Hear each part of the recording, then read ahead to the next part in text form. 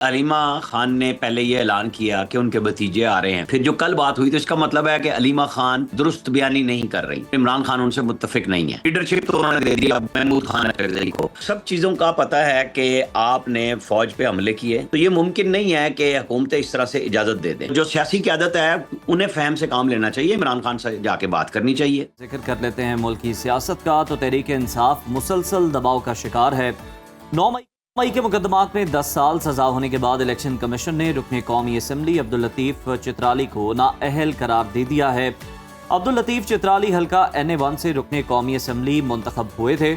अलीमा खान ने कहा है कि पंजाब के अपोजिशन लीडर के बाद अब कौमी असम्बली में अपोजिशन लीडर उमर अयूब को भी नाअहल करने की तैयारी की जा रही है और खदशा ये है कि 75 अरकान असम्बली को नाअहल किया जा सकता है। इलेक्शन कमीशन ने कौमी असम्बली और सूबाई असम्बली की 3 नशिस्तों पर ज़िमनी इंतखाब का शेड्यूल भी जारी कर दिया है। NA 66 वजीराबाद, NA 129 लाहौर और PP 87 मियांवाली में ज़िमनी इलेक्शन 18 सितंबर को होंगे। दूसरी जानिब PTI ने तहरीक तहफ़्फ़ुज़ आइन पाकिस्तान के प्लेटफॉर्म से एहतजाज की तैयारियां शुरू कर दी हैं। सेक्रेटरी जनरल सलमान अकरम राजा ने बताया है कि एहतजाज तहफ़्फ़ुज़ आइन पाकिस्तान के प्लेटफॉर्म से किया जाएगा, जिसकी क़यादत महमूद खान अकरज़ई करेंगे। इस हवाले से आइंदा एहतजाजी हिकमत अमली तय करने के लिए 21 जुलाई को अहम मुशावरती इजलास पेशावर में तलब कर लिया गया है। इजलास में इस बात का फैसला किया जाएगा कि एहतजाज इस्लामाबाद की जानिब मार्च की सूरत में किया जाएगा या सूबाई सतह पर एहतजाज रिकॉर्ड किया जाएगा। उधर बानी PTI ने अपने बच्चों को पाकिस्तान आने से रोक दिया है और ये कहा है कि उनके बच्चे किसी एहतजाजी तहरीक में शरीक होंगे और ना ही किसी एहतजाजी तहरीक की क़यादत करेंगे। एहतजाजी तहरीक चलाना तो पार्टी का काम है और उन्होंने इस हवाले से पार्टी को पहले ही हिदायत जारी कर रखी हैं। बानी PTI के बेटों को पाकिस्तान आने से रोकने पर वज़ीर दिफा ख्वाजा आसिफ का बयान सामने आया है। उन्होंने इसको ड्रामा करार देते हुए कहा कि ये वालिद और औलाद की मुलाकात नहीं बल्कि सियासी मुनाफा था। बानी PTI की कोई भी हरकत सियासी या माली मुनाफे के बगैर नहीं होती है। इसी पर डिस्कशन कर लेते हैं, तज्जिया हासिल करते हैं। सीनियर एनालिस्ट आमिर इलियास राना साहब हमारे साथ मौजूद हैं। आमिर साहब, बहुत शुक्रिया आपके वक्त का। सर, खबरें ये आ रही है कि बानी PTI ने अपने बेटों को पाकिस्तान आने और तहरीक का हिस्सा बनने से रोक दिया है। हालांकि पहले अलीमा खान ने ऐलान किया, बैरिस्टर गौहर ने ऐलान किया और भी टॉप की जो लीडरशिप है PTI की वो ऐलान करती रही। आखिर अब उनको रोकने से क्या मुहर्रिकात है इस फैसले के पीछे? और अगर ख्वाजा आसिफ साहब के बयान को भी देखा जाए तो ये जो अगर ड्रामा ही है जो कि ख्वाजा आसिफ कह रहे हैं, तो इससे क्या हासिल करना मकसूद था? देखें, इशू ये है कि अलीमा खान ने पहले ये ऐलान किया कि उनके भतीजे आ रहे हैं और तासुर बना के वो 5 अगस्त की तहरीक को कामयाब करने आ रहे हैं। पहले वो अमेरिका जाएंगे, फिर यहाँ आएंगे। फिर जो कल बात हुई तो इसका मतलब है कि अलीमा खान दुरुस्त बयानी नहीं कर रही, वो ठीक बात नहीं कर रही और इमरान खान उनसे मुत्तफिक नहीं है। जो कल उन्होंने इनकार किया, इसका मतलब है कि अलीमा खान की बातें इस काबिल नहीं है कि उनके ऊपर बहुत ज़्यादा तबसरा किया जाए। कि जब बहन भाई, ज़ाहिर है 2 बहनें मिल रही थी इमरान खान साहब को और फिर तीसरी बहन बयान करती थी, यानी अलीमा खान आके प्रेस टॉक करती थी और कहीं कहीं नौरीन खान भी गुफ्तगू कर लेती हैं।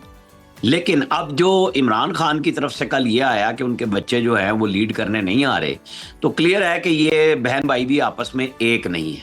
तो ये तो मसला है। तो फिर ये लोगों को क्या बताने चले हैं कि सिर्फ लोगों के बच्चे आके तहरीक चलाएंगे? अगर ये तहरीक पाकिस्तान के लिए है, मुल्क के लिए है, तो इसमें पूरी फैमिली कैसे पीछे हट सकती है कि लोगों को, बच्चों को लाएं, वो जेलों में चले जाएं? और आप यही काम इमरान खान नहीं करते थे कि नवाज शरीफ के बच्चे बाहर हैं और ये क्या कर रहे हैं, जबकि जो नवाज शरीफ की बच्ची जो सियासत में थी वो ना गई और वो बैठी रही और उसने तहरीक चलाई अपने वालिद के लिए, अपनी वालिदा के साथ मिलके भी और बाद में भी चलाई।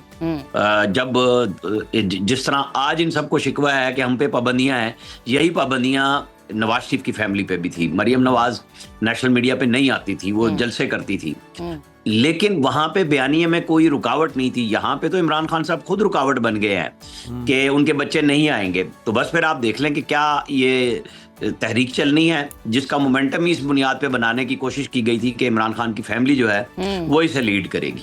बिल्कुल ठीक। आमिर साहब, इस हवाले से भी हमें बता दीजिए कि PTI की जानिब से पहले ये ऐलान किया जा रहा था कि बानी PTI जेल में बैठकर तहरीक को लीड करेंगे और ये बताया जा रहा था कि एहतजाज तहरीक तहफ़्फ़ुज़ आइन पाकिस्तान के प्लेटफॉर्म से होगा और अब महमूद खान अचकज़ई लीड करेंगे। पीटीआई को पॉलिसी बदलने की ज़रूरत क्यों पेश आई? ऐसा क्या हो रहा है यहाँ पर? बड़ी क्लियर बात है कि इन सबको ताने मिल रहे थे कि आप छोटी ईद से शुरू हुए थे, बड़ी ईद पे आए कि जनाब ईद और ईद की बड़ी ईद के बाद मुत्तहिदा अपोजिशन वजूद में आ रही है। फिर ये एक ढीला ढाला सा स्ट्रक्चर बना तहरीक तहफ़्फ़ुज़ आईन पाकिस्तान का। और जाहिर है कि मौलाना फजलुर रहमान को इन्होंने कोशिश की, मौलाना फजलुर रहमान को पता था कि इमरान खान ने कोई बात माननी नहीं है, तो जो बातें उन्होंने कही और सेनेटर कामरान मुर्तज़ा ने टेलीविजन पे आके कहा कि हमने कुछ बातें कही हैं, हमें उनका जवाब चाहिए, जिसका जवाब इन्होंने ये दिया कि नहीं नहीं हम तो अभी खान साहब से नहीं मिल सके, हालांकि वकला इनके रेगुलर मिल रहे हैं, फैमिली मिल रही है, तो बात करने में और जवाब लाने में जब सब बातों का ऐलान आ सकता है, खासतौर पर तहरीक का आ सकता है, तो मौलाना का क्यों नहीं आया? तो मौलाना तो पीछे चले गए। अब इनको छतरी चाहिए थी कि पाकिस्तान तहरीक इंसाफ के वर्कर्स तो आ नहीं रहे, तो चले हम कोई नया प्लेटफॉर्म जिसका स्ट्रक्चर भी बड़ी मुश्किल से बना, कि जिसमें असद कैसर पीटीआई से शामिल हैं, बाकी सारी दूसरे लोग हैं और मुस्तफा खोकर हैं, ये सारे लोग बातचीत कर रहे हैं। जाहिर है हर बंदा अपनी अपनी जगह पे हुकूमत से नाला है, वो बात कर रहा है। तो ये एक रास्ता ढूंढा गया है कि अब तहरीक इंसाफ पे नाकामी का दबना आए, बल्कि कुछ भी हो तो वो उसके ऊपर बात रख दी जाए कि ये तो तहरीक इन्होंने चलाई थी, हमने नहीं चलाई थी। हालांकि इमरान, जो आपने सवाल भी किया, इमरान खान ने कहा था मैं जेल से लीड करूंगा, तो लीडरशिप तो उन्होंने दे दी अब महमूद खान अचकज़ई को। आप कहते रहे इमरान खान, देखे जब नवाज शरीफ और मौलाना फजलुर रहमान और आसिफ जरदारी मिले और उन्होंने पीडीएम की सरबराही मौलाना फजलुर रहमान को दी, तो बाकी सब लोग पीछे हट गए थे। फिर सिर्फ मौलाना फजलुर रहमान गरज रहे थे, बरस रहे थे, जलसों की क़यादत कर रहे थे, तो फिर बाकी सब लोग खामोश हो गए थे।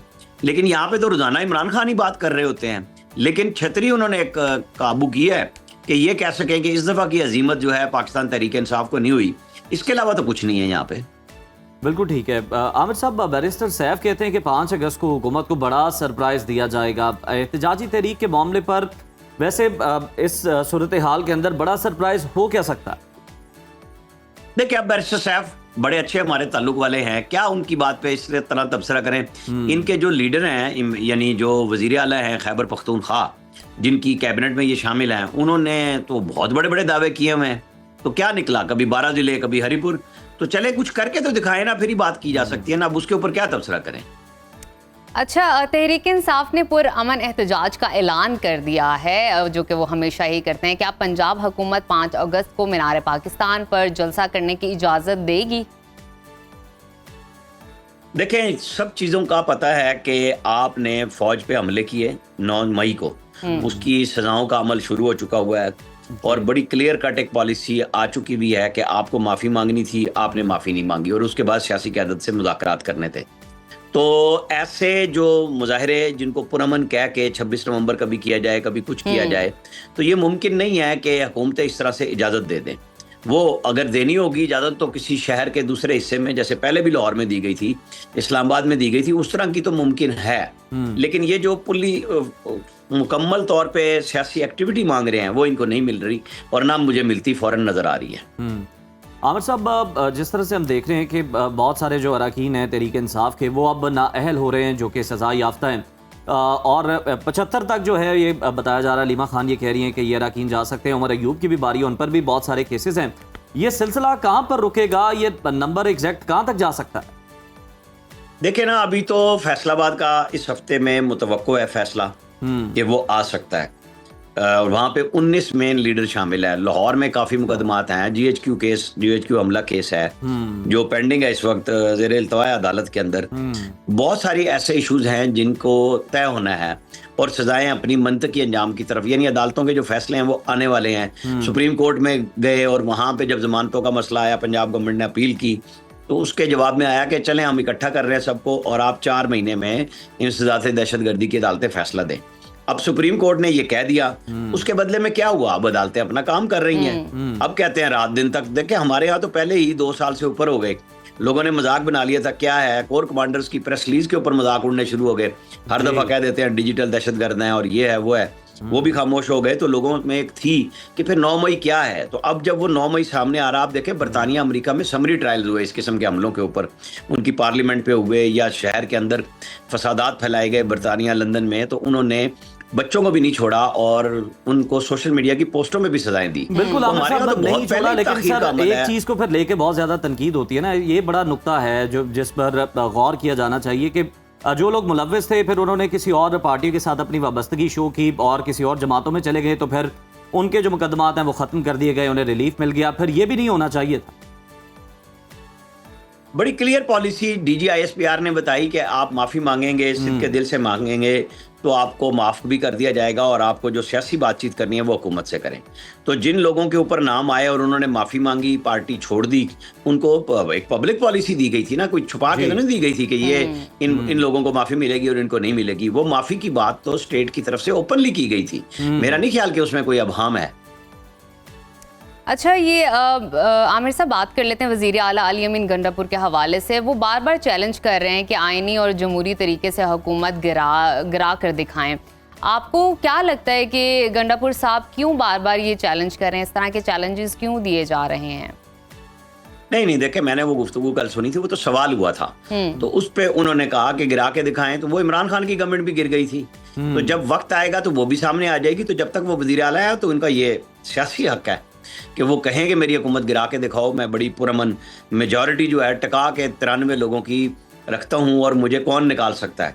तो गवर्नमेंट के मुखालिफ लोगों के पास अभी 21 मेंबर्स की कमी है। तो जिस दिन वो कमी पूरी कर लेंगे अपने तय, वो समझेंगे कि उनके पूरे नंबर्स हैं और कहीं नहीं जाएंगे, वो अदम इत्मीनान की तहरीक ले आएंगे।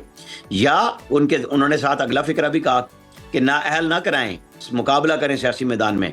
अगर अली अमीन को किसी 9 मई वाले केस में सजा हो जाती है, किसी और में हो जाती है, तो ऑटोमेटिकली वो नाअहल हो जाएंगे। तो वो भी तो गवर्नमेंट जाने का एक तरीका है ना कि नया वजीर आला तो फिर मुंतखब करना पड़ेगा आपको। सजा हो जाती है और स्टे नहीं होता उसके ऊपर, बस इतनी सी बात है। अच्छा सर, ये नाअहलियों से मुतालिक एक ज़िमनी सवाल है। जमशेद दस्ती साहब जो हैं वो ये कह रहे हैं कि मैंने अपील की हुई है, कई महीनों से मेरी अपील पड़ी हुई है, लेकिन उस पर कोई सुनवाई नहीं हो रही। लेकिन दूसरी तरफ जो है वो हल्के में डेट भी आ चुकी है इलेक्शन के हवाले से। ये क्या मामला है सर? देखें, पहले सारों का जोर था कि जी चित्राल वाली सीट पे ज़िमनी इलेक्शन नहीं अनाउंस किया गया, बल्कि उनको बुलाया गया है, उनका जवाब ले रहे हैं। अब वो कल वो भी हो गया, सारा भी आपने बताया भी। तो तरतीबवार चीज़ें तो मरहलावार बढ़ रही हैं आगे। बिल्कुल ये काम अदालतों का है, अदालत जाने और जमशेद दस्ती साहब जाने। इतनी बड़ी वकला की टीम है जो सारे के सारे सियासत कर रहे हैं, तो इन्हें वकला करने चाहिए, अदालतों में जाके केसेस को लड़ना चाहिए। क्योंकि इमरान खान साहब ने खुद ये किया है कि जो टॉप वकला थे उनको सियासतदान बना दिया और जो सियासतदान है उनको पिछली लाइनों में बिठा दिया। तो सब एक दूसरे का तमाशा देख रहे हैं। तो आमिर साहब, इस तरह तो फिर बहुत बड़ी जो तादाद है, जो मेजॉरिटी है तहरीक इंसाफ की, अगर यूं ही नाअहलियाँ चलती रही, जिस तरह से आपने अभी ये खबर भी दी कि फैसलाबाद से भी फैसले आ रहे हैं और शहरों से भी फैसले आ रहे हैं, तो फिर तो मेजॉरिटी जो है इनकी PTI के लीडर्स की वो घर चली जाएगी। तो सर फिर मामला कैसे आगे चलेंगे? आपको पहले बाहर नजर आ रहे हैं, कहीं पार्लियामेंट में मौसर किरदार नजर आ रहा है? आए, हंगामा किया, बाइकआउट किया और चले गए। गवर्नमेंट को तो फुल फेवर मिल जाती है जब पार्लियामेंट में आप टिका के बजट के ऊपर खड़े रहते, आखिरी दिन तक तमाम कटौती की तहरीकों पे हुकूमत को जिज करते। आपने और हमने जिज करते तो नहीं देखा, बल्कि हुकूमतें फिर मिन्नत करती हैं कि भाई मुख्तलिफ वजारतों पर छोड़ दें। जब आपने अपोजिशन ने सियासी लड़ाई लड़नी है तो क्यों माफ करते हैं आप? गवर्नमेंट को टिकाएं कि जनाब आप कानून साजी और आइन साजी के लिए तो रात तक बैठ सकते हैं, तो बजट के लिए भी बैठेंगे, बिल्कुल आराम के मुताबिक काम हुआ। तो जो सियासी क़यादत है उन्हें फहम से काम लेना चाहिए। इमरान खान से जाके बात करनी चाहिए कि लीडरशिप को राइट दें, वो जो बाहर बैठी हुई है वो फैसले कर सके। लेकिन जब इमरान खान किसी पे ट्रस्ट ही नहीं करते, और यही मसला उनके लिए सबसे बड़ा बना हुआ है कि 5 अगस्त को उनके 2 साल हो जाएंगे जेल में पूरे, और उस पर वो समझते हैं तहरीक उरूज पे होगी।